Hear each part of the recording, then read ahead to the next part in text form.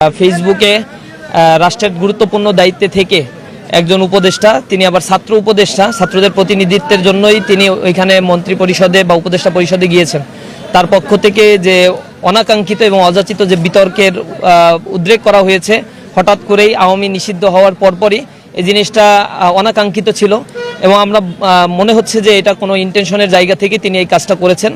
আমরা আশা করি তিনি সংবিধান বিরোধী যে কাজটা করেছেন, তার শপথের এটা ভায়োলেশন করেছেন। তিনি কোনো রাগ বা বিরাগের বশবর্তী হয়ে কাউকে হুমকি দেয়া বা কোনো বিষয়ে তার দায়িত্বে থাকাকালীন সময়ে এটা তার জন্য মানায় না। এই ক্ষেত্রে তিনি কোনো রাজনৈতিক দলের সাথে যুক্ত হয়ে তিনি এই কাজগুলো করতে পারতেন। আমরা তার প্রতি এটা আহ্বান জানাবো। আর ইসলামী ছাত্র শিবিরের পক্ষ থেকে এই বিষয়গুলোতে ফর্মালি আমরা কোনো প্রতিক্রিয়া এখনো জানাইনি।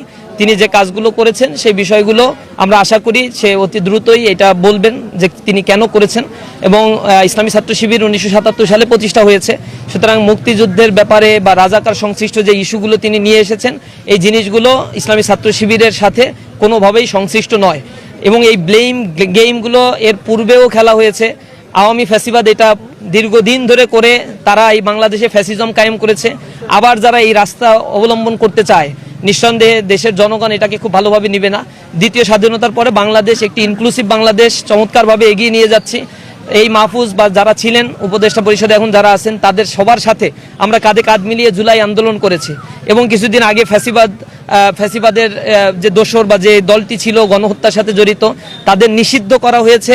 এই আন্দোলনেও ইসলামী ছাত্র শিবির সমর্থন দিয়েছে, আমাদের ভাইয়েরা সেখানে উপস্থিত ছিল। সুতরাং যেই কর্মকাণ্ড দীর্ঘদিন ধরে নিরাপদ সড়ক আন্দোলনে ইসলামী ছাত্র শিবির সহযোগিতা করেছে, এর আগে কোটা আন্দোলনে ইসলামী ছাত্র শিবির সাথে ছিল, তাদের সমর্থন ছিল। সুতরাং সকল গণতান্ত্রিক আন্দোলনগুলোতে ইসলামী ছাত্র শিবির ছাত্রদের পাশে থেকে কাজ করার জন্য চেষ্টা করেছে। এখানে অযাচিত যে বিতর্ক নিয়ে আসা হয়েছে, এটা অনভিপ্রেত। আমরা নিঃসন্দেহে এটা তার কাছ থেকে, তার মতো দায়িত্বের জায়গা থেকে এটা মোটেও আশা করি না। আমরা আশা করি তিনি তার বক্তব্য উইথড্র করবেন। এনসিপির কোনো রাজনৈতিক কর্মসূচি কর্মকাণ্ড বাস্তবায়ন করার জন্য ইসলামী ছাত্র শিবির কোনো জায়গায় কোনো লোক পাঠায়নি, এটা পাঠানোর প্রশ্নই ওঠে না। তারা যখন এর আগে বৈষম্য বিরোধী ছাত্র আন্দোলনে ছিল, তারা বলেছে এটা কোনো রাজনৈতিক প্ল্যাটফর্ম না, রাজনীতি করার তাদের এই প্ল্যাটফর্মে আগ্রহ নেই। তখন ইসলামী ছাত্র শিবির সহ সকল রাজনৈতিক দল, ছাত্র সংগঠন যাদেরকে তারা আহ্বান জানিয়েছে, তারা তখন গিয়েছে, কারণ জুলাই আন্দোলনে এটা ছিল একটা কমন প্ল্যাটফর্ম। কিন্তু তারা এখান থেকে বের হয়ে গিয়ে যারা এনসিপি গঠন করেছে, এরপর থেকে তাদের আহ্বানে ডাকে, ফরমালি কোনো ডাকে ইসলামী ছাত্র শিবির কোনো কর্মসূচিতে অংশগ্রহণ করে নাই। সর্বশেষ আন্দোলন যেটা দানা বেঁধেছিল, বিশেষ করে আওয়ামী লীগ নিষিদ্ধের দাবিতে, সেখানে আহ্বান জানিয়েছিল হাসনাত আবদুল্লাহ, এবং হাসনাত আবদুল্লাহ দেশের সকল মানুষকে আহ্বান জানিয়েছিল। সেখানে সে তার পোস্টে ক্লিয়ার করেছে এই আন্দোলন এনসিপির না বা সংশ্লিষ্ট কোনো রাজনৈতিক দলের না। এখানে সবাইকে, ফ্যাসিবাদ বিরোধী ঐক্যে যারা ছিল সকলকে এই আন্দোলনে অংশগ্রহণ করার জন্য আহ্বান জানানো হচ্ছে। আপনারা তার ফেসবুক পোস্ট দেখলে এটা বুঝতে পারবেন।